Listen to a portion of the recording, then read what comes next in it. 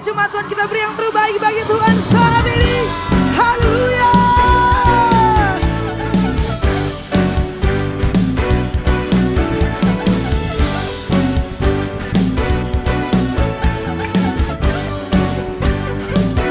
Bersama-sama katakan.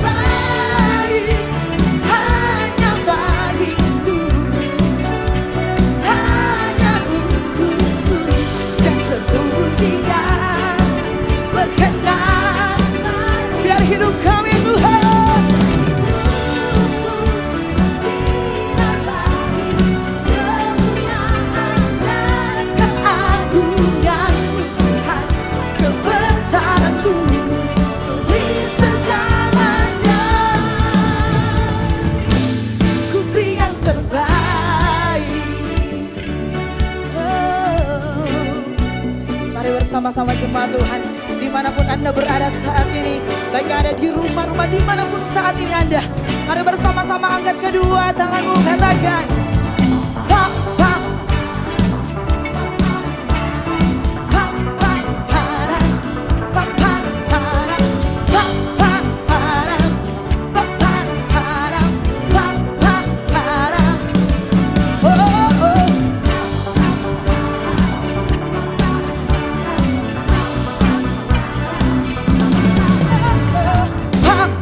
Parang, pa, pa, parang, pa, pa,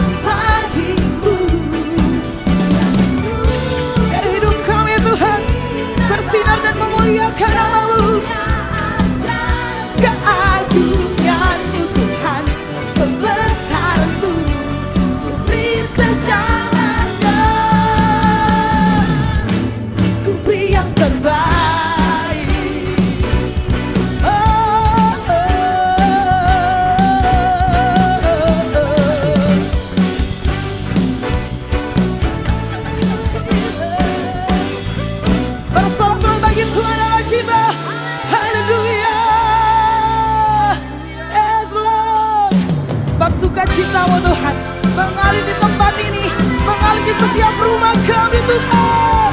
Yes.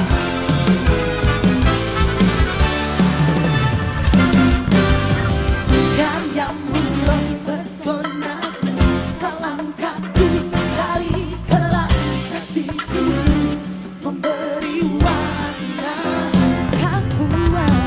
Kau buat semua gelisah, kau beriku sukacita, kau buatku selalu tertawa.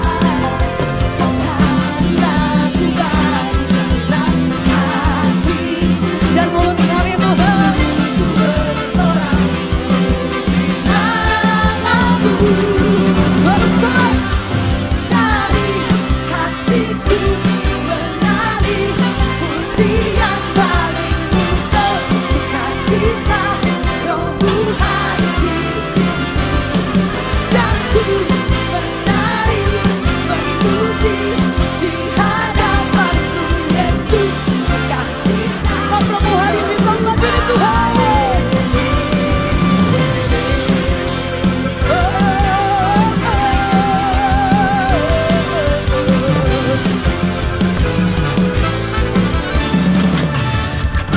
Karyamu Tuhan, karyamu mempesona, kau angkatku dari gelap, kasihku memberi warna. Kau buat semua gelisah,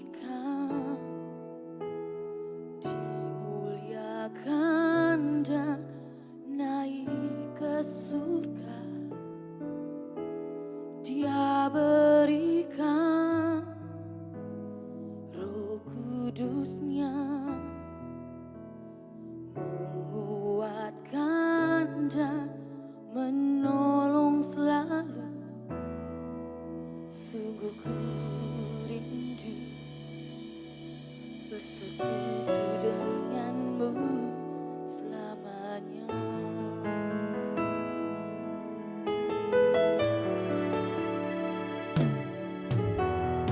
Yesus Tuhan ditinggikan, dimuliakan dan naik ke surga.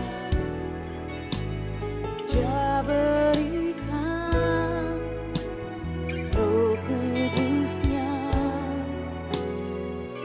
menguatkan dan menolong selalu. Sungguh ku rindu bersekutu denganmu selamanya.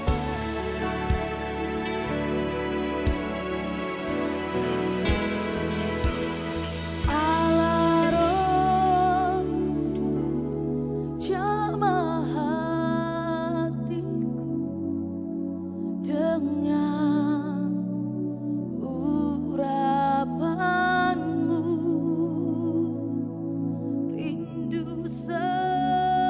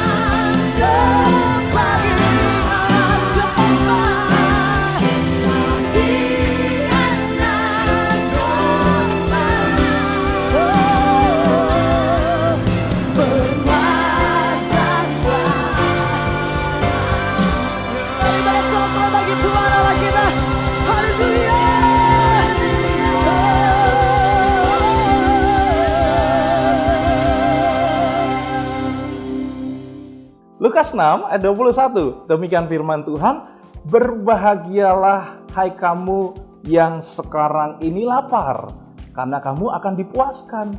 Berbahagialah hai kamu yang sekarang ini menangis, karena kamu akan tertawa.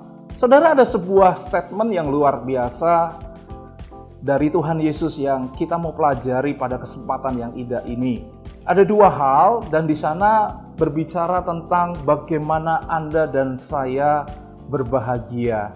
Apalagi di masa-masa sulit atau sukar seperti ini. Mungkin sangatlah tidak mudah bagi Anda dan saya untuk berbahagia. Tetapi kita mau belajar ada dua hal yang penting. Yang pertama adalah, saudara, berbahagia itu bukan berasal dari apa yang Anda dan saya lihat. Saudara, berbahagia itu bukan berasal dari apa yang terjadi di luar kita. Tetapi saya percaya berbahagia itu berasal dari dalam diri kita. Berbahagia itu berasal dari keputusan kita. Jadi tidak peduli apapun yang terjadi di luar kita, kita masih bisa tetap berbahagia, saudara. Dan yang kedua, yang tidak kalah lebih pentingnya adalah bahagia itu sifatnya menularkan sesuatu yang baik. Bahagia itu sifatnya mempengaruhi atau memberikan atau membagi sesuatu yang positif kepada orang lain. Saya percaya ketika Anda berbahagia, orang lain diberkati. Saya percaya ketika Anda berbahagia, keluarga Anda diberkati. Saya percaya ketika Anda berbahagia, orang-orang di sekitar Anda, teman, tetangga, rekan sekerja Anda akan mengalami mujizat Tuhan. Oleh karena itu, saudara, jangan lupa untuk berbahagia di tengah-tengah masa sukar yang seperti ini. Dan di dalam kesempatan yang luar biasa ini, izinkan saya untuk menyapa dan mengucapkan welcome home bagi saudara-saudara dan jemaat Tuhan yang baru pertama kali atau sedang mengikuti ibadah online dari gereja Mawar Syaron, Sulawesi, Maluku, dan Papua. Sungguh kami senang bisa menyambut Anda sebagai keluarga di dalam Tuhan. Dan jangan lupa, Connect Group secara online masih berjalan seperti luar biasanya. Dan saya mengingatkan Anda, saudara, untuk mengajak rekan, tetangga, keluarga, siapapun yang Anda kenal untuk bergabung di dalam Connect Group online. Ibadah minggu depan masih berjalan seperti luar biasa, 21 Juni 2020 secara online. Oleh karena itu, jemaat Tuhan bisa join di link gms.church/streaming dan Anda bisa memilih pilihan Sulam Papua. Kemudian bagi jemaat Tuhan yang rindu memberikan persembahan, Anda dapat mentransfer persembahan Anda di nomor rekening berikut ini atau scan QR code. Demikian kabar baik yang dapat kami sampaikan. Mari kita bangkit berdiri Bapak Ibu Saudara. Saya akan memimpin di dalam doa persembahan. Mari kita satu di dalam doa. Dan kami bersyukur karena kebaikan-Mu di dalam kehidupan kami yang tidak pernah habis-habisnya. Sungguh kami tidak bisa menghitung berkat dan begitu besar kejadian kami sehingga hari ini kami boleh diberkati dengan luar biasa. Dan hari ini kami juga boleh mengangkat persembahan kami di hadapan-Mu. Dan kami tahu yang kami angkat bukan hanya sekedar harta kami, tetapi yang kami angkat adalah hati kami yang penuh dengan kerinduan. Dan berkati setiap tangan-tangan yang terangkat dengan berkat Abraham, Ishak, dan Yakub melimpah di dalam kehidupan mereka. Terima kasih Tuhan Yesus untuk segala kebaikan-Mu, untuk segala kasih setia-Mu di dalam kehidupan kami. Mari Bapak Ibu Saudara yang rindu memberikan yang terbaik, sama-sama kita berkata, amin. Jemaat Tuhan, siapkan hati Anda untuk menerima diajar kebenaran firman Tuhan. Be happy, keep holy, and stay healthy. God bless you. Jemaat Tuhan, mari kita mempersiapkan diri untuk masuk di dalam perjamuan kudus di bulan ini, di minggu kedua di bulan Juni ini. Dan mari Anda mempersiapkan roti dan anggur yang sudah dipersiapkan di rumah Anda masing-masing. Saya percaya perjamuan kudus kali ini bukan sekedar perjamuan rutinitas biasa yang kita lakukan setiap bulan. Tapi saya percaya di masa-masa seperti ini, ketika kita mengingat kembali pengorbanan Tuhan Yesus Kristus di atas kayu salib, maka pengorbanan itu memerdekakan kita dan memurnikan, membebaskan kita dari setiap belenggu, perhambaan, dan ikatan dosa. Mari kita persiapkan perjamuan kudus. Anda bisa mengangkat roti di tangan kanan Anda. Roti ini adalah roti biasa, tetapi Yesus telah menyerahkan tubuhnya jadi pendamaian, penebusan dari setiap kesalahan kita. Dan oleh bilur-bilurnya, setiap bagian tubuh Tuhan Yesus yang menganga, yang terluka, firman Tuhan berkata, oleh bilur-bilurnya kita disembuhkan. Roti ini roti biasa, tapi ini adalah persekutuan dengan tubuh Kristus. Mari kita makan di dalam nama Yesus Kristus.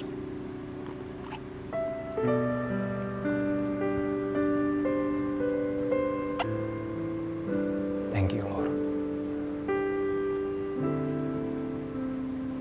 Thank you, Jesus. Mari kita mengangkat anggur. Anggur ini anggur biasa, tapi Yesus telah mencurahkan darahnya untuk saya dan saudara. Darahnya memurnikan, darahnya menyucikan kita dari setiap dosa, pelanggaran, dan akibat dosa yang kita lakukan. Tidak ada lagi intimidasi, karena Dia memurnikan dan menyucikan kita. Anggur ini anggur biasa, tetapi ini adalah persekutuan dengan darah Kristus. Mari kita minum di dalam nama Tuhan Yesus.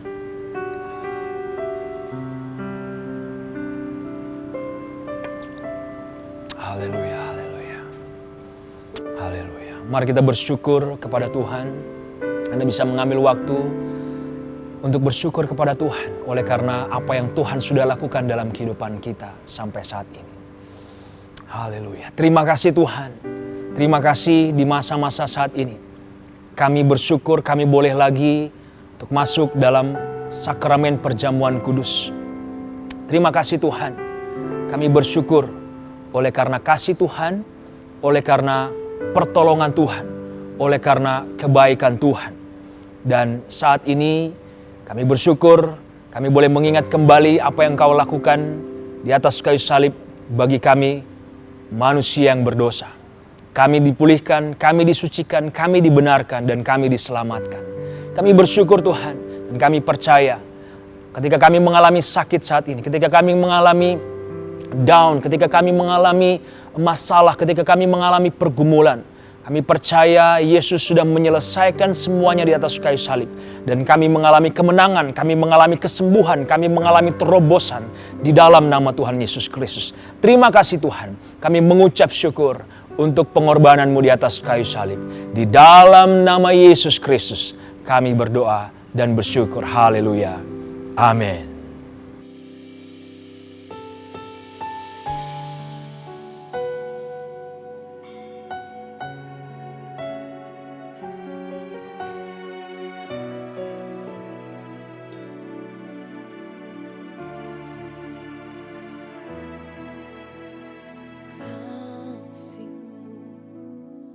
Bersemi di hatiku, sungguh indah dan mulia.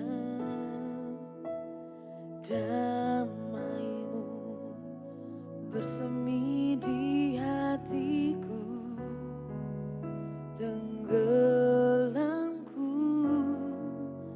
di hadirat-Mu.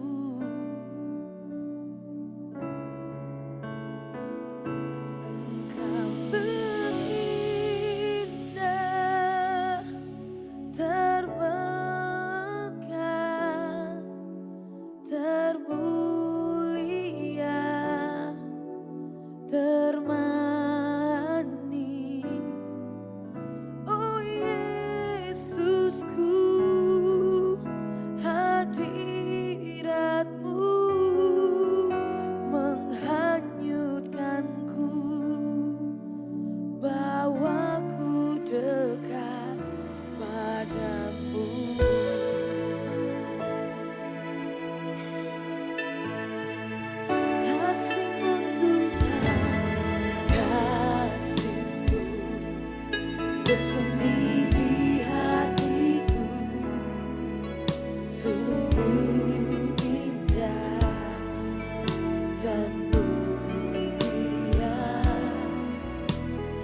damai-Mu bersemi di hatiku, tenggelamku di hadirat-Mu. Kau terindah Tuhan, Engkau terindah, terberkah, termulia, termanis. Oh Yesusku, hadirat-Mu menghanyutkanku, bahwa Engkau terindah dan terberkah, termulia, termanis. Oh Yesusku, hadirat-Mu menghanyutkanku. Engkau terindah, terberkah, termulia, termanis. Oh Yesusku, hadirat-Mu menghanyutkanku, bawaku dekat.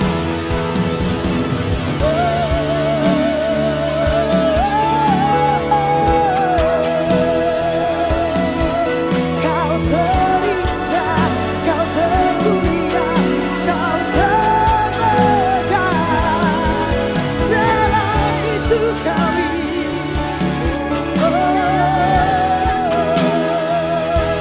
Haleluya, haleluya, haleluya.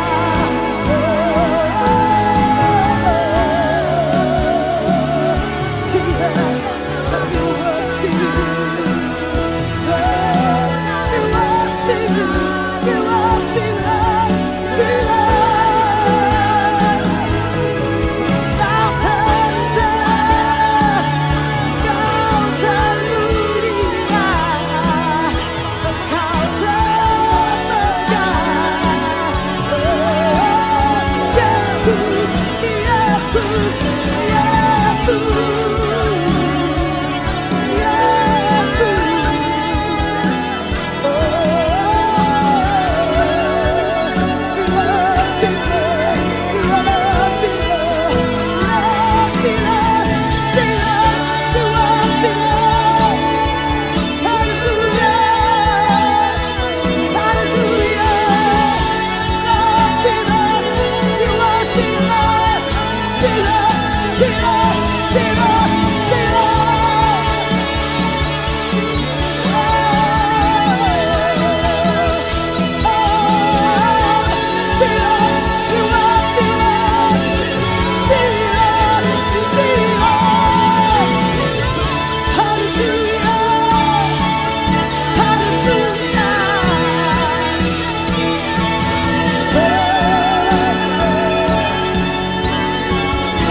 Hallelujah.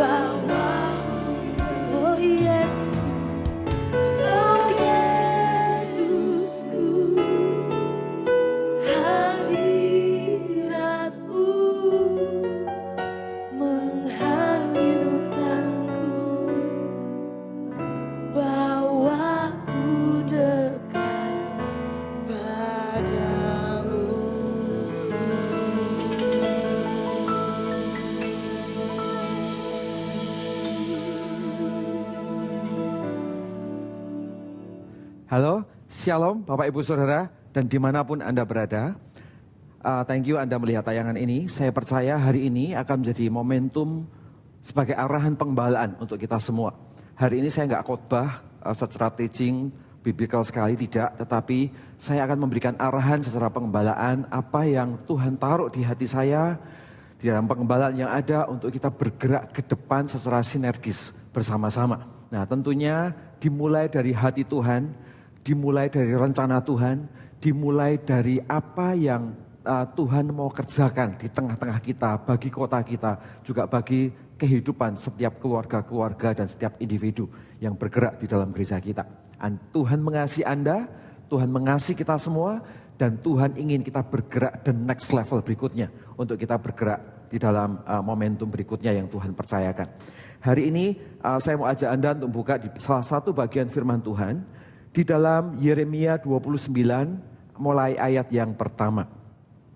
Saya akan bacakan untuk Anda. Beginilah bunyi surat yang dikirim oleh Nabi Yeremia dari Yerusalem kepada tua-tua di antara orang buangan, kepada imam-imam, kepada nabi-nabi, kepada seluruh rakyat yang telah diangkut ke dalam pembuangan oleh Nebukadnezar dari Yerusalem ke Babel. Saudara, ayat ini ditujukan kepada semua orang, mulai dari apapun posisi mereka, sampai semua rakyat yang mereka sedang mengalami sebuah musibah, di mana mereka sedang menderita, mereka sedang terbuang, dan mereka sedang mengalami sebuah krisis yang begitu besar hari-hari itu. Ya gak jauh dengan apa yang pernah kita alami, satu dunia sedang mengalami sesuatu. Saya percaya ini menjadi momentum, justru bukan untuk mengasihani diri, tapi justru untuk kita melihat ada terang Tuhan yang sedang bekerja dan mengerjakan sesuatu untuk bangsa kita. Dan itu dimulai dari anak-anak Tuhan yang berani mempercayainya sekalipun mereka dalam kondisi yang sedang terbuang. Lihat ayat berikutnya. Itu terjadi sesudah Raja Yekonya beserta Ibu Suri, pegawai-pegawai istana, pemuka-pemuka Yehuda dan Yerusalem. Perhatikan kalimat berikutnya. Tukang dan pandai besi telah keluar dari Yerusalem.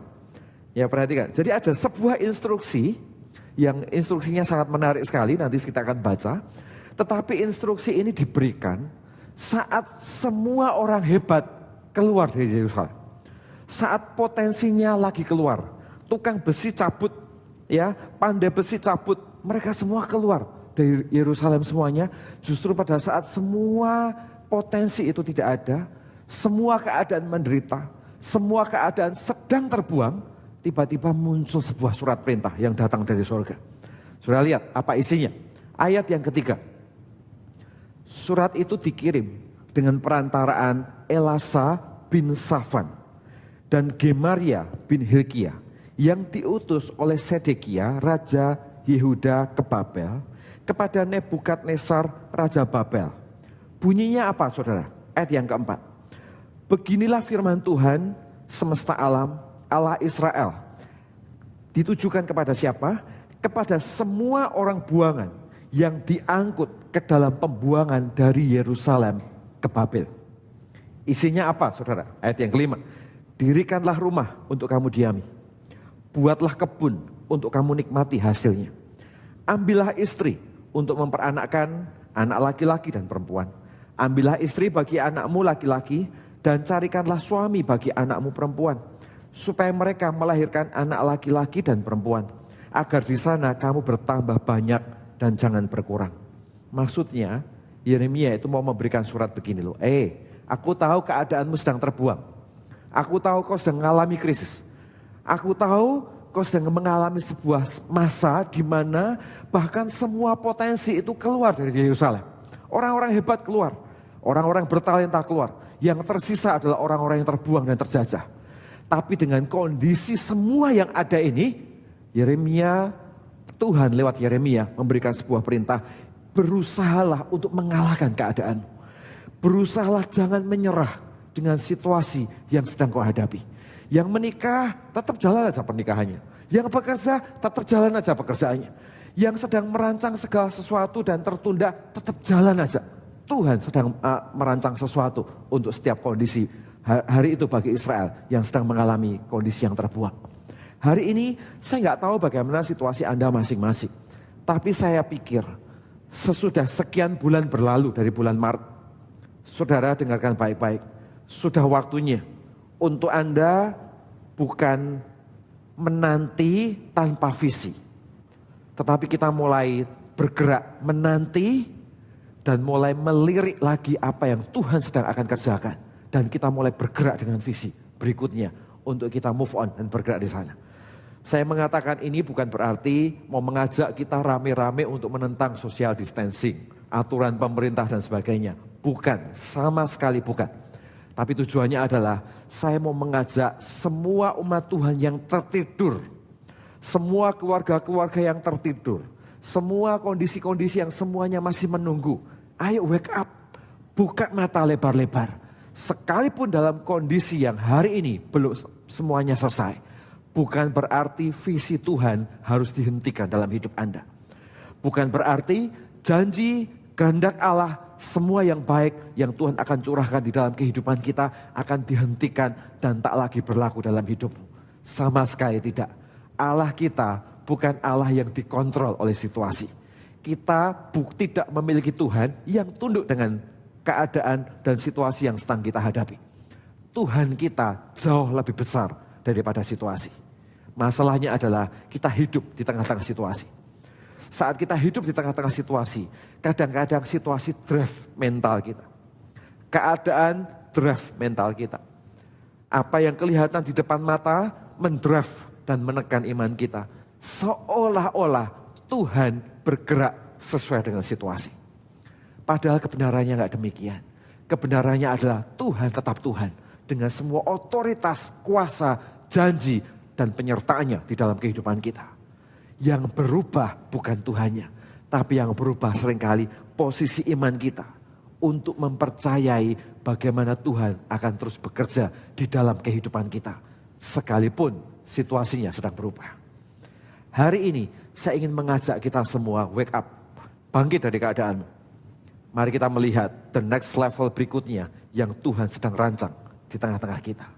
Kita lihat yuk ayat berikutnya. Ayat yang ke-7 ada direction penting untuk kita semua. Kalimatnya ini adalah ayat yang sangat terkenal. Nanti kita akan breakdown sama-sama.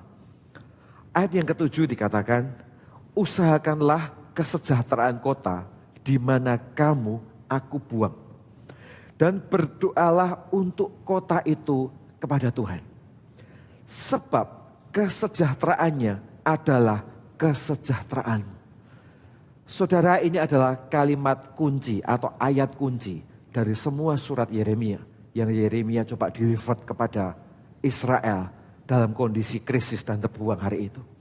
Yeremia mengatakan, hai yang menanam terus menanam. Yang bekerja jangan kehilangan iman. Yang akan berkeluarga tetaplah miliki harapan akan masa depanmu. Go ahead, terus maju bergerak dengan Tuhan. Terus percaya imanmu. Langkah praktisnya apa? Langkah praktisnya adalah semua orang belajar untuk mengusahakan kesejahteraan kota. Semua orang belajar untuk mengusahakan dulu kesejahteraan orang lain.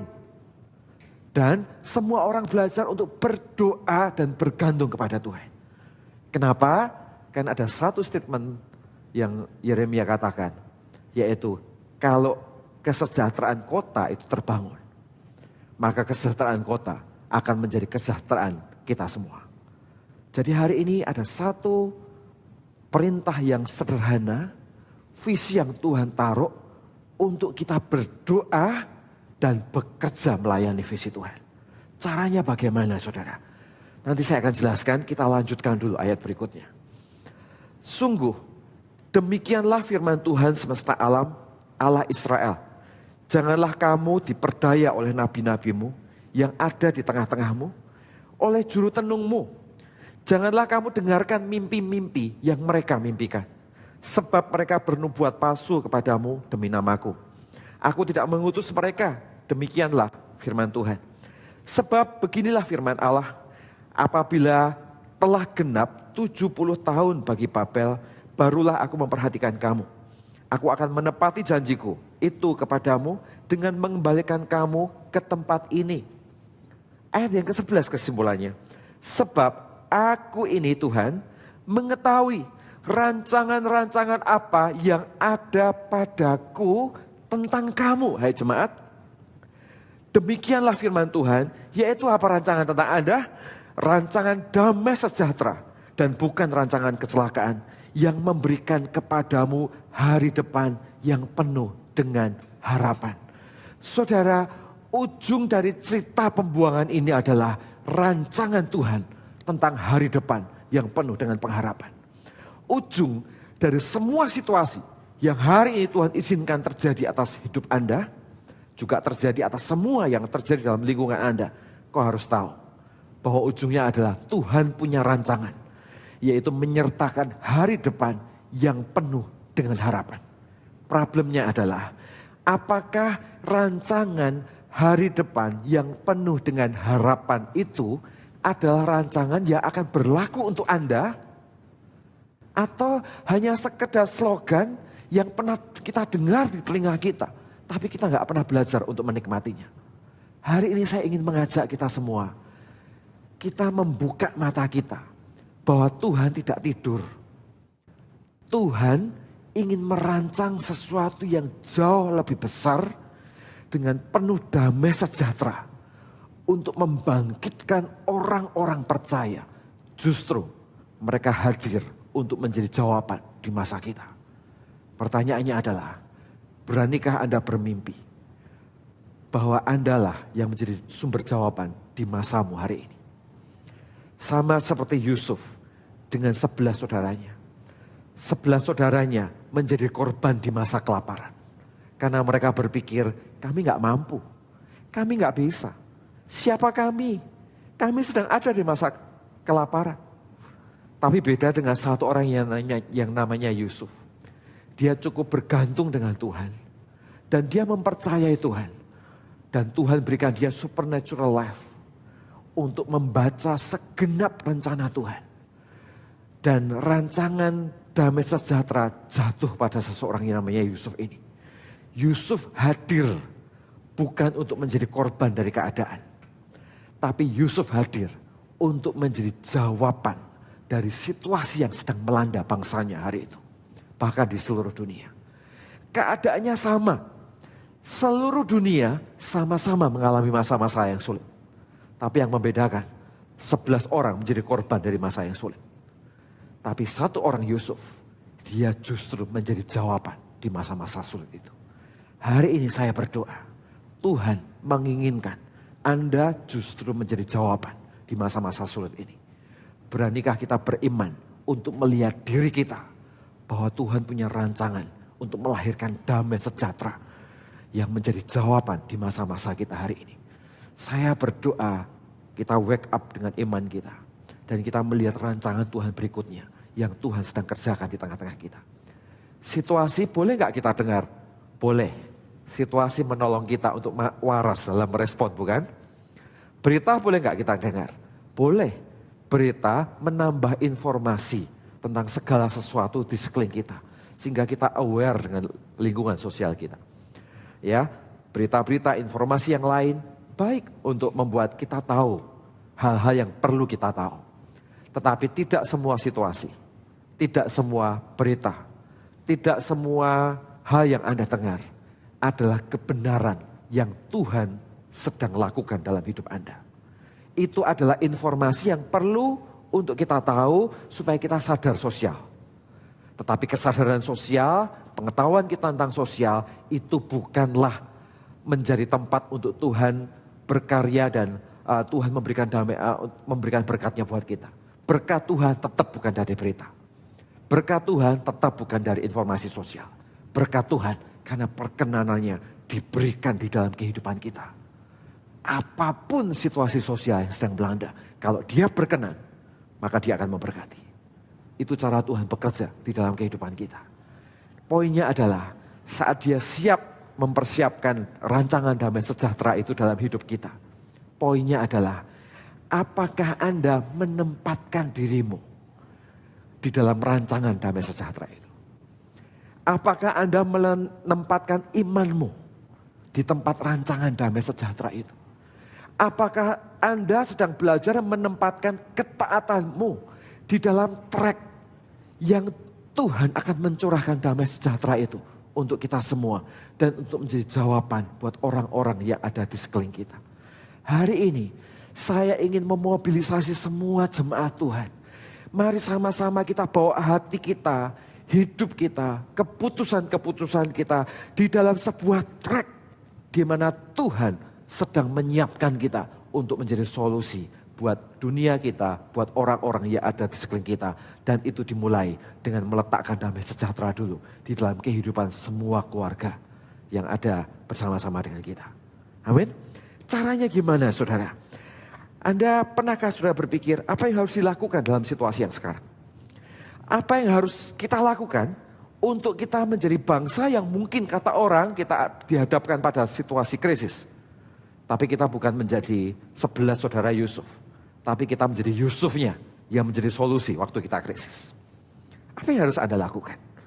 Bagaimana kita berdiri sebagai bangsa yang sedang krisis. Dan di situ ada anak-anak Tuhan yang cinta kepada Tuhan dan cinta kepada bangsanya. Bagaimana kita merespon situasi ini dengan cara yang benar? Saudara, ada 2 prinsip sederhana yang saya mau tanam. Yang pertama adalah panggilan untuk berdoa. Dan yang kedua adalah panggilan untuk mengerjakan visi kesejahteraan kota. Kita harus sadar bahwa untuk mengubah situasi ini ada satu panggilan dulu yang harus lahir di hati kita. Yaitu panggilan untuk berdoa. Alkitab berkata demikian kan di ayat yang ke-7 tadi. Usahakanlah kesejahteraan kota di mana aku buang. Dan berdoalah untuk kota itu kepada Tuhan. Sebab kesejahteraannya adalah kesejahteraan. Di sana ada satu panggilan untuk kita berdoa. Bahkan kalau Anda lihat di dalam ayat yang ke-12 dikatakan. Dan apabila kamu berseru dan datang untuk berdoa kepadaku, maka aku Tuhan akan mendengarkan kamu. Kapan Tuhan dengarkan kita? Waktu kita datang berseru dan berdoa. Ayat yang ke-13. Apabila kamu mencari aku, kamu akan menemukan aku. Apabila kamu menanyakan aku dengan segenap hati, aku akan memberi kamu menemukan aku. Demikianlah firman Tuhan. Aku akan memulihkan keadaanmu dan akan mengumpulkan kamu di antara segala bangsa dan dari segala tempat di mana kamu telah kucerai-beraikan. Demikianlah firman Tuhan. Aku akan mengembalikan kamu ke tempat dari mana aku telah membuang kamu. Ya. Jadi kapan Tuhan mendengar? Kapan Tuhan memulai perubahan? Kapan Tuhan memakai setiap kita? Kapan Tuhan merespon untuk menjadi jawaban atas segala sesuatu? Dimulainya waktu seseorang datang ke hadirat Tuhan dan berdoa. Hari ini ada satu panggilan bagi semua jemaat Tuhan di seluruh Indonesia. Khususnya di Sulawesi, Maluku, dan Papua. Mari sama-sama, yaitu panggilan untuk berdoa di dalam hadirat Tuhan. Kita melakukannya baik secara korporat, lewat Zoom meeting, lewat aplikasi-aplikasi online, maupun lewat momentum yang dengan sengaja kita lakukan untuk kita berdoa bersama-sama. Tetapi secara pribadi, bangun kehidupan doa Anda secara pribadi dengan Tuhan. Sebuah message yang sederhana sekali. Tetapi ini penting karena kita memulai membangun kesejahteraan kota bukan dengan kekuatan kita sendiri. Bukan dengan cara pikir kita sendiri. Tetapi dengan menyerahkan semuanya dari awal ke tangan Tuhan. Menceritakan semuanya dari awal di dalam hadirat Tuhan. Dan kita dari awal melibatkan Tuhan di dalam segala sesuatu. Saudara, di titik inilah kita berangkat dan masuk ke hadirat Tuhan bukan dengan keinginan kita secara pribadi. Tapi kita mulai masuk dan masuk dalam hadirat Tuhan untuk mendengarkan apa yang ada di hati Tuhan tentang kota kita. Apa yang ada di hati Tuhan tentang diri kita. Apa yang ada di hati Tuhan tentang pekerjaanmu. Apa yang ada di hati Tuhan tentang familymu. Apa yang ada di hati Tuhan tentang pemulihan yang Dia sedang rancang untuk orang-orang yang ada di sekeliling kita. Mulainya di mana? Mulainya dengan sensitivitas kita untuk memulai hidup kita bersama-sama di dalam doa, di dalam hadirat Tuhan bersama-sama. Hari ini saya nggak tahu bagaimana kehidupan Anda pribadi lepas pribadi. Tapi sesudah sekian minggu berlalu, kalau Anda sadari, waktu ini atau minggu-minggu ini adalah minggu-minggu transisi habit yang baru. Seseorang secara psikologis setelah 49 hari, dia akan punya sebuah kehidupan dan habit yang baru. Dan hari ini kita sudah melewati lebih dari 49 hari. Sadar atau tidak sadar, Anda sedang masuk pada sebuah habit yang baru. Ngerasain nggak yang sedang di rumah? Dulu waktu awal-awal kita bingung, penyesuaian, cara yang baru, kerja yang baru, dan perubahan-perubahan baru dan mendadak. Minggu kedua, ketiga, keempat, kelima mulai bisa menyesuaikan dan mulai nyaman. Begitu masuk ke minggu ke-7, 8, 9, mulai merasa apa lagi yang harus kulakukan. Konflik mulai muncul di tengah-tengah keluarga. Perbedaan-perbedaan mulai muncul. Ekspektasi lebih mulai muncul di sana. Yang dulu nggak ada di minggu kedua, minggu ketiga. Di waktu yang sama, Anda mulai punya habit yang baru. Kebiasaan yang baru. Di mana kebiasaan itu bisa menciptakan konflik, tapi juga bisa menciptakan sesuatu yang lebih baik. Semua tergantung jenis kebiasaan barunya seperti apa. Tapi yang jelas adalah hari ini kita ada di dalam masa transisi untuk memilih. Memilih sesuatu yang benar yang datangnya dari sorga. Atau Anda membangun sebuah kebiasaan baru yang ternyata bertentangan dengan kehendak Tuhan di dalam hidup ini. Karena itu penting buat kita. Sebelum semua kebiasaan itu muncul, mulailah punya hubungan pribadi di dalam doa bersama dengan Dia. Kehidupan doa kita secara pribadi melibatkan Tuhan di dalam segala sesuatu di dalam hidup ini. Ya, memulai semua hal dengan menggantungkan penuh di dalam hadirat Tuhan. Harus dimulai dari hari-hari hidup kita. Ya, visi besar ini tidak dimulai dari cara pandang dan cara pikir kita sendiri. Tapi visi besar ini dimulai justru dari kita menyerahkan semuanya di dalam tangan Tuhan. Dan kita mendengar apa yang Tuhan inginkan untuk kita bergerak dan bekerja bersama di dalamnya. Jadi ingat, bangunlah, usahakanlah kesejahteraan kota dan berdoalah untuk kota itu. Kesejahteraan kota itu adalah kesejahteraan. Poin pertama adalah panggilan untuk berdoa. Yang kedua apa Bapak Ibu Saudara? Yang kedua adalah panggilan untuk menyejahterakan kota. Bahwa kesejahteraannya adalah kesejahteraan kita. Saudara, bukan hal yang tabu kalau seseorang yang mengalami krisis, mereka berdoa kepada Tuhan, Tuhan tolong ekonomi keluargaku. Bukan hal yang tabu ketika dalam posisi yang gak mudah Anda teriak kepada Tuhan dan berkata, Tuhan tolong. Semua situasi yang sedang kuhadapi, gak salah dengan itu semua. Dan kalau kita gak lari kepada Tuhan, kita mau lari ke siapa? Karena memang hanya kepada Tuhan kita berharap. Tentunya hal yang baik adalah datang, mengucap syukur, tapi juga bertanya kepada Tuhan. It's okay dengan itu.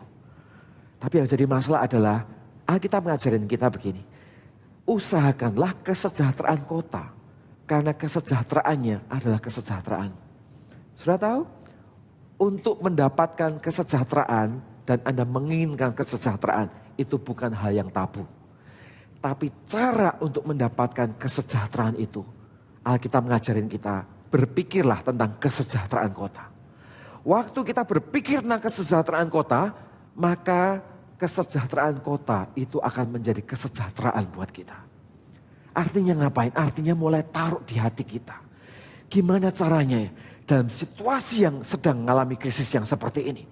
Aku ini berpikir bagaimana melayani orang lain, melayani Tuhan, dan berpikir bagaimana menjadi berkat di sana sini. Saudara, jadikan ini sebagai mimpi, sebagai visi, menjadi hidup yang berharga buat orang-orang yang ada di sekeliling kita. Ya, mulailah dari titik itu. Karena dengan mulai dari titik itu, kita akan memandang pekerjaan dengan cara yang berbeda. Kita akan memandang kesempatan demi kesempatan yang Tuhan buka di hari-hari ini dengan cara yang berbeda. Anda akan melihat segala sesuatunya bukan sekedar untuk aku, dan Anda menjadi orang yang begitu egoisnya di tengah-tengah situasi di mana banyak orang perlu berbagi bersama-sama dengan kita. Tetapi kita menjadi orang-orang yang ngerti apa yang jadi kehendak Tuhan. Dan kita berkarya di dalam segenap rencana yang Tuhan inginkan. Dan waktu kita berkarya, kita bisa menjadi berkat untuk orang-orang yang ada di sekeliling kita. Milikilah mental dan hati yang seperti ini di tengah-tengah situasi yang seperti ini. Ada satu hal yang luar biasa, saudara. Yaitu ngapain? Begini, pernahkah saudara tahu ketika bangsa Israel masuk ke tanah Mesir? Di Mesir, Israel ditaruh di sebuah tempat namanya Goshen. Ya. Goshen itu adalah sebuah wilayah yang sedikit dipisahkan dari Mesir, tapi masuk ada dalam wilayah Mesir. Goshen itu artinya adalah Allah membedakan. Kenapa kok Goshen dikatakan sebagai Allah yang membedakan? Maksudnya begini, karena memang sepertinya Goshen ini adalah hasil lobby antara Yusuf dengan Firaun. Tapi ternyata situasi itu dipakai Tuhan untuk membuat Mesir, untuk membuat Israel maksud saya, menjadi bangsa yang berbeda. Menjadi bangsa yang betul-betul dibedakan hidupnya, sekalipun hidup di Mesir. Mereka diberkati dengan luar biasa. Mereka bermultiplikasi menjadi 2 juta orang. Ternak mereka diberkati luar biasa. Pertanian mereka diberkati dengan begitu luar biasa. Dan Tuhan merancang mereka dengan begitu hebat ketika mereka ada di Mesir. Sampai di ujung cerita Anda tahu, Firaun ngomong kepada jajarannya berkata, ini orang Israel ini bahaya. Kalau begini terus, mereka bisa lebih besar daripada kita. Akhirnya Mesir khawatir Israel lebih besar. Kenapa? Karena memang Israel berpotensi untuk lebih besar. Kenapa? Karena Tuhan memang membedakan Israel itu dengan memberikan tanah Goshen kepada mereka. Saudara, apa yang dibedakan Tuhan? Dan kenapa Israel berbeda hari itu? Anda bisa lihat di dalam salah satu bagian firman Tuhan, ya, yaitu dalam Kejadian 46 ayat 31 sampai 34. Kemudian berkatalah Yusuf kepada saudara-saudaranya dan kepada keluarga ayahnya itu, aku mau menghadap Firaun dan memberitahukan kepadanya, saudara-saudaraku dan keluarga ayahku yang tinggal di tanah Kanaan telah datang kepadaku. 32. Orang-orang itu gembala kambing domba, sebab mereka itu pemelihara ternak, dan kambing dombanya, lembu sapinya, dan segala miliknya telah dibawa mereka. Apabila Firaun memanggil kamu dan bertanya, apakah pekerjaanmu? Maka jawablah, hamba-hambamu ini pemelihara ternak sejak dari kecil sampai sekarang. Baik kami maupun nenek moyang kami, dengan maksud supaya kamu boleh diam di tanah Goshen. Sebab segala kambing domba adalah suatu kekejian bagi orang Mesir. Jadi kapan Allah yang membedakan itu terjadi? Tuhan membedakan Israel karena pekerjaan mereka. Jadi hari ini kalau kita mau berkata, Tuhan, aku mau menyejahterakan kota. Pertama yang harus lahir di hati kita adalah kita harus taruh hidup kita bukan tentang diri kita. Tapi bagaimana kita menjadi orang-orang yang bisa berbagi buat orang-orang yang ada di sekeliling kita. Yang kedua adalah Anda belajar untuk punya pekerjaan yang benar. Kita belajar melatih diri kita untuk kita lahir menjalani sebuah pekerjaan yang benar yang Tuhan kehendaki bersama-sama dengan kita. Kenapa Mesir dan Israel menjadi bangsa yang dibedakan ketika mereka tinggal di Mesir? Tuhan membedakan Israel hari itu karena pekerjaan mereka. Karena pekerjaan mereka spesial. Di dalam konteks ini juga, dalam konteks kita juga sama. Kalau kita hari itu karena pekerjaan mereka spesial sehingga mereka jadi berkat di Mesir. Hari ini kalau kita mau menyejahterakan kota, maka mulailah dengan motif bahwa kita punya pekerjaan yang benar di dalam hidup ini. Caranya di mana? Mulailah dengan memilih kehidupan dan memilih cara kerja yang benar di dalam hidup ini. Di tengah-tengah situasi yang sedang terjadi, di tengah-tengah Allah sedang bekerja di tengah-tengah kita, pilih pekerjaan-pekerjaan yang benar. Pilihlah untuk memilih bukan hanya sekedar ya pokoknya aku dapat pekerjaan semata-mata, tapi dengan pekerjaan yang Anda dapat, Anda punya prinsip-prinsip dan nilai-nilai pekerjaan Tuhan yang dengan sengaja dibangun di dalam kehidupan ini. Saudara, dari titik itulah kepercayaan dibangun. Dari titik itulah Tuhan memberkati hidup kita. Dari titik itulah perkenanan, favor disertakan di dalam kehidupan kita. Memang ketika saya mengatakan hal ini menjadi tidak mudah buat kita. Orang bisa berpikir, Pak, dapat kerjaan aja sudah untung. Apalagi cari pekerjaan yang benar. Tapi kalau saya jadi Anda, percaya kepada Tuhan dan berkata, aku punya Tuhan yang besar. Dan aku punya visi untuk menjadi berkat di kanan dan di kiriku. Karena itu hari ini, Tuhan berikan aku pekerjaan yang baik. Berikan aku pekerjaan yang benar. Berikan aku pekerjaan yang bisa menjadi berkat. Bahkan di tengah-tengah kondisi yang mengalami krisis seperti ini. Berdoalah, minta favor kepada Tuhan.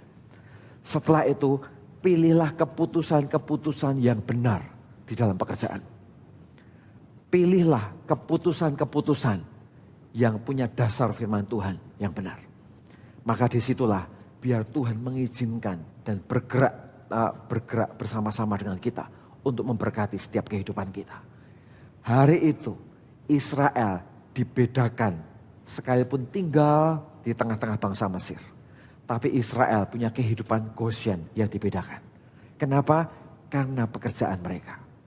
Karena pekerjaan mereka berbeda dengan yang lainnya. Dia memilih untuk pekerjaan yang punya prioritas dan tujuan yang benar bersama dengan Tuhan. Di titik inilah visi atas pekerjaannya bukan tentang bagaimana sekedar dia hidup untuk dirinya. Tetapi dia bermimpi, Tuhan kasih aku pekerjaan. Supaya aku bisa hidup untuk diriku, tetapi aku juga bisa menjadi berkat untuk orang-orang yang ada di sekelilingku. Dimulai dari titik itulah berkat dan perkenanan Tuhan mengalir. Dan Tuhan melebarkan kapasitas orang Israel menjadi bangsa yang besar dan diberkati hari itu. Hari ini mulailah dengan pekerjaan yang besar, yang benar. Yang kedua apa? Yang kedua adalah lihat Keluaran 8 ayat 25 sampai 28. Lalu Firaun memanggil Musa dan Harun serta berkata, pergilah, persembahkanlah korban kepada Allahmu di negeri ini. Tetapi Musa berkata, enggak mungkin kami berbuat demikian. Sebab korban yang kami persembahkan kepada Tuhan, Allah kami, adalah kekejian bagi orang Mesir. Apabila kami mempersembahkan korban menjadi kekejian bagi orang Mesir itu di depan mata mereka, tidakkah mereka akan melempari kami dengan batu? Ayat 27, kami harus pergi ke padang gurun 3 hari perjalanan jauhnya untuk mempersembahkan korban kepada Tuhan, Allah kami. Seperti yang difirmankannya kepada kami. Lalu kata Firaun, baik, aku akan membiarkanmu pergi untuk mempersembahkan korban kepada Tuhan Allahmu di padang gurun. Hanya janganlah kamu pergi terlalu jauh. Bahkan Firaun berkata, berdoalah untuk aku. Saudara, yang kedua tentang untuk menyejahterakan kota bagaimana? Yang kedua adalah miliki spirit untuk kita sacrifice dengan benar. Saudara, seseorang diberkati bukan karena apa yang dia tumpuk lebih dahulu. Tetapi seseorang diberkati justru karena kebesaran hatinya untuk menjadi berkat. Kebesaran hatinya untuk mau sacrifice. Ya, kebesaran hatinya untuk berkorban. Ya, jadi hari ini saya mau mengajak Anda semua bukan untuk mencari kekayaan dan menjadi egois. Tapi Anda belajar membangun sumber-sumber ekonomi dengan visi untuk menjadi berkat buat orang lain. Membangun sumber-sumber berkat baru bersama dengan Tuhan. Dengan satu motif. Supaya Anda bisa mengembalakan bangsa yang lebih besar. Menjadi berkat buat orang lain. Motif yang seperti ini harus ditaruh dalam hati kita. Sehingga ada sebuah mentalitas menyejahterakan kota. Itu dimulai dari kehidupan yang mau berkorban dengan cara yang benar.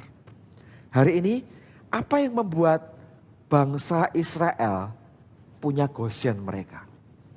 Apa yang membuat sekalipun tinggal di Mesir, Israel dibedakan oleh Tuhan? Alasan satu-satunya adalah, salah satu alasannya adalah karena Israel punya cara berkorban yang berbeda. Saudara tahu, bagi bangsa Mesir, lembu dan kambing itu kekejian. Ya, tapi bagi Israel hari itu, mereka pelihara kambing dan domba. Dan bukan hanya pelihara kambing dan domba. Mereka cari kambing domba terbaik yang tambun. Setelah itu diambil, disimpan di belakang bait Allah. Setelah disimpan di belakang bait Allah, dikuduskan sekian hari, diberi makanan yang terbaik, diberi vitamin yang terbaik, dipelihara dengan khusus selama sekian hari. Pada hari kesekian, kambing domba di belakang bait Allah itu diambil dan khusus dikorbankan di hadapan hadirat Tuhan. Apa yang membedakan Israel dengan Mesir? Di otaknya bangsa Mesir hari itu adalah mereka kerja dan semua yang mereka kerjakan untuk mereka makan. Karena itu kambing dan domba kekejian buat mereka. Kenapa? Gak ada gunanya, gak ada hasilnya untuk perut mereka sendiri. Tapi beda dengan Israel hari itu. Bagi Israel pelihara kambing domba, waktu besar, Israel gak makan untuk dirinya sendiri. Dia ambil beberapa yang tambun, dibesarin, dikhususkan dengan satu tujuan, yaitu menjadi persembahan di dalam hadirat Tuhan. Jadi Israel ini punya prioritas di dalam hatinya, di dalam hidupnya. Dia berkata, aku berkarya menjadi peternak. Aku berkarya melakukan semuanya ini, dan sesudah semuanya ini berhasil, selalu ada porsi yang aku lakukan untuk aku menjadi berkat bagi Tuhan. Selalu ada porsi yang kulakukan untuk aku menjadi berkat bagi sesamaku. Saudara, di titik inilah Israel tumbuh menjadi bangsa yang besar, bahkan dikhawatirkan menguasai Mesir hari itu. Hari ini hal yang sama sedang terjadi. Hari ini mungkin kita bisa berkata, oh kita lagi krisis. Ekonomi kita lagi begini, keadaan kita lagi begitu dan sebagainya. Tapi hari ini kalau kita mau bermimpi jadi bangsa yang besar, menjadi orang-orang Kristen yang bukan menjadi korban dari keadaan, dari situasi yang ada di sekeliling kita, tetapi menjadi orang-orang Kristen yang justru karena keadaan kita punya kesempatan untuk jadi berkat. Saudara, inilah waktunya untuk kita bergerak. Caranya gimana? Motifnya adalah motif untuk berkorban di hadapan Tuhan. Motifnya adalah motif untuk menjadi berkat. Motifnya adalah motif untuk waktu Anda bekerja. Bekerja untuk berbagi buat orang-orang yang ada di sekeliling kita.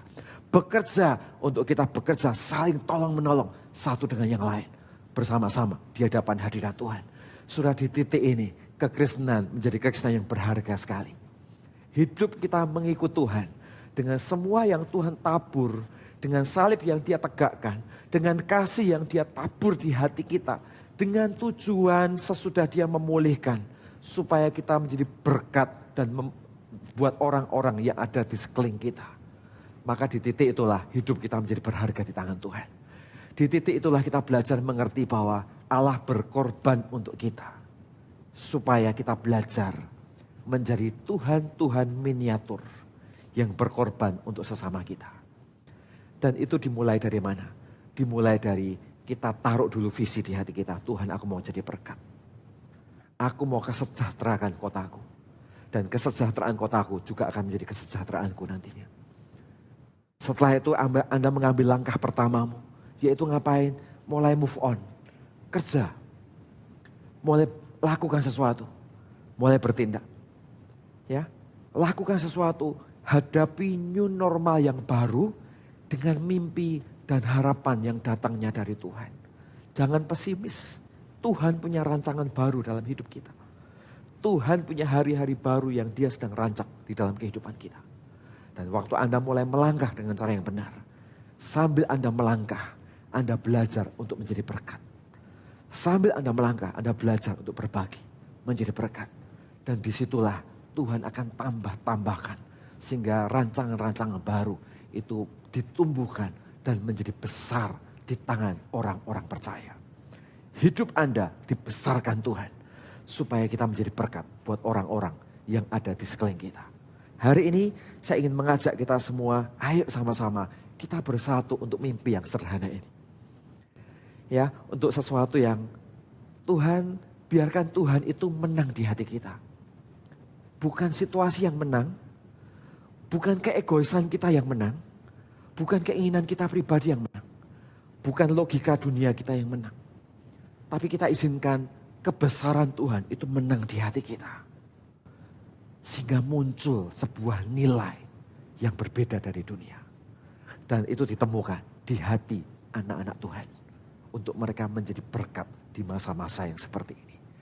Ya, kenapa? Karena saya percaya, ya, hari-hari ini menjadi hari-hari di mana kita sengaja membangun lumbung-lumbung persatuan untuk kita saling menjaga satu dengan yang lain.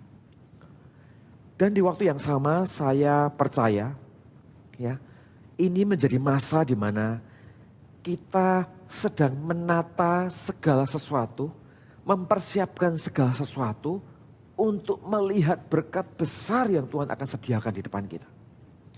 Ada impres di hati kita yang gak bisa dijelaskan. Tapi saya merasa bahwa setelah COVID ini, Indonesia justru akan mengalami pertumbuhan ekonomi yang jauh lebih luar biasa daripada sebelumnya. Bisa diuji melewati masa waktu. Tapi hari ini saya berdoa, semua orang-orang percaya, mari siapkan pelor Anda. Siapkan strategi Anda. Siapkan segala sesuatunya untuk masa penuaian itu. Kemudian juga, mari kita mulai bergerak dengan hal yang baru. Ya, jangan takut dengan hal baru.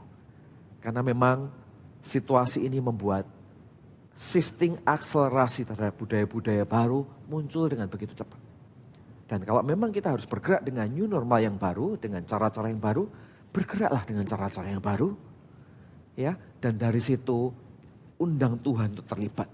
Memberkati semua yang saudara, Bapak Ibu kerjakan di dalam Tuhan. Dan di dalamnya ingat taruh sebuah motif. Bahwa aku ini hidup untuk berkorban buat Tuhan. Aku ini hidup untuk berkorban buat sesamaku. Aku ini hidup untuk berbagi buat orang-orang yang ada di sekelilingku. Dan disitulah menjadi sumber kasih karunia, damai sejahtera, juga kemenangan yang Tuhan lahirkan di dalam hati kita. Ya, saya nggak tahu bagaimana situasi hidup Anda pribadi lepas pribadi. Tapi hari ini saya berdoa, orang-orang yang sedang mengalami kelelahan rohani, saya berdoa hatimu dihidupkan dan dibangkitkan kembali. Orang-orang yang sedang mengalami struggle, bahkan di titik di mana Anda putus asa dengan berbagai macam situasi. Saudara, kembalilah kepada panggilan doamu. Ingat bahwa Tuhan itu tidak dikuasai oleh situasi. Bangkit dari keadaan. Percaya kepada Tuhan. Mulailah move on. Dan melangkah bukan karena situasi. Tapi melangkah karena mempercayai Tuhan di dalam kehidupan ini.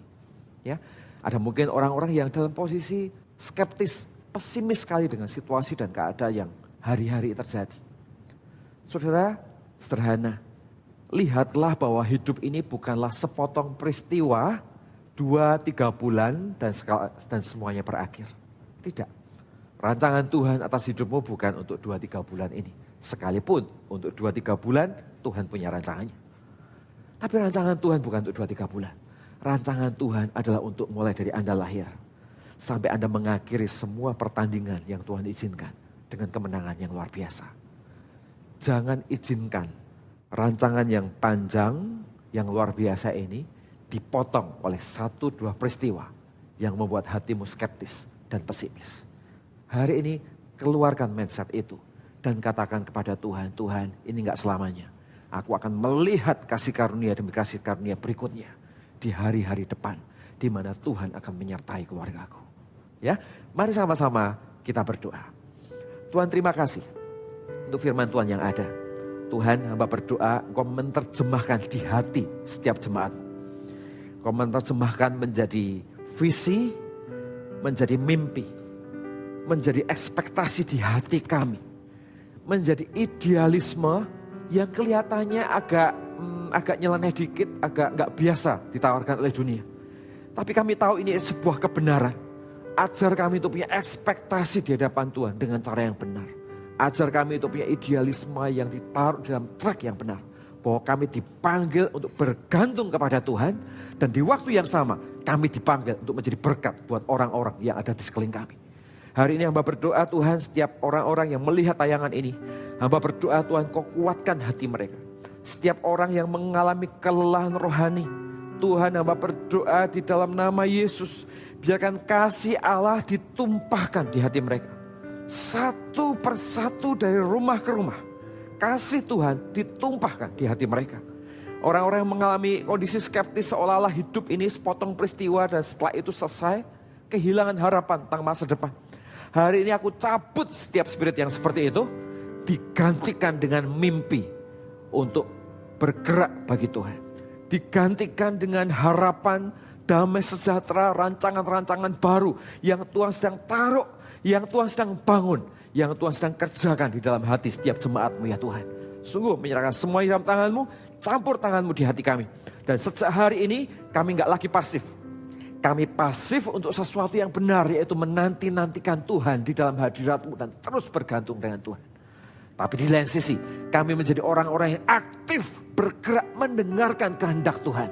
Mendengarkan rancangan-rancangan Tuhan berikutnya. Dan menjadi orang-orang yang aktif dengan mimpi bahwa aku dipanggil untuk menjadi jawaban di masa ini. Aku dipanggil untuk menjadi Yusuf-Yusuf di masaku. Aku dipanggil justru untuk menjadi berkat di masa ini. Tuhan bangkitkan generasi ini dan berikan ruang, berikan peluang untuk penyertaan hadirat Tuhan dicurahkan di hati setiap jemaat-Mu ya Tuhan. Sungguh sejak hari ini hamba berdoa, kau bukakan pintu-pintu atas setiap jemaat. Kau bukakan jawaban-jawaban doa atas setiap jemaat-Mu ya Tuhan. Kau bukakan hati Tuhan yang dicurahkan untuk menguasai hati setiap jemaat. Sehingga setiap kami bangkit dengan cara yang benar dan hidup yang dibangun dengan sangat berharga di tangan-Mu ya Tuhan. Terima kasih untuk hari ini, terima kasih untuk penyertaan-Mu, dan kami akan melihat tangan Allah menyertai kami dimanapun kami berada. Di dalam nama Yesus kami berdoa. God bless you. Amin. Kau lupakan diri.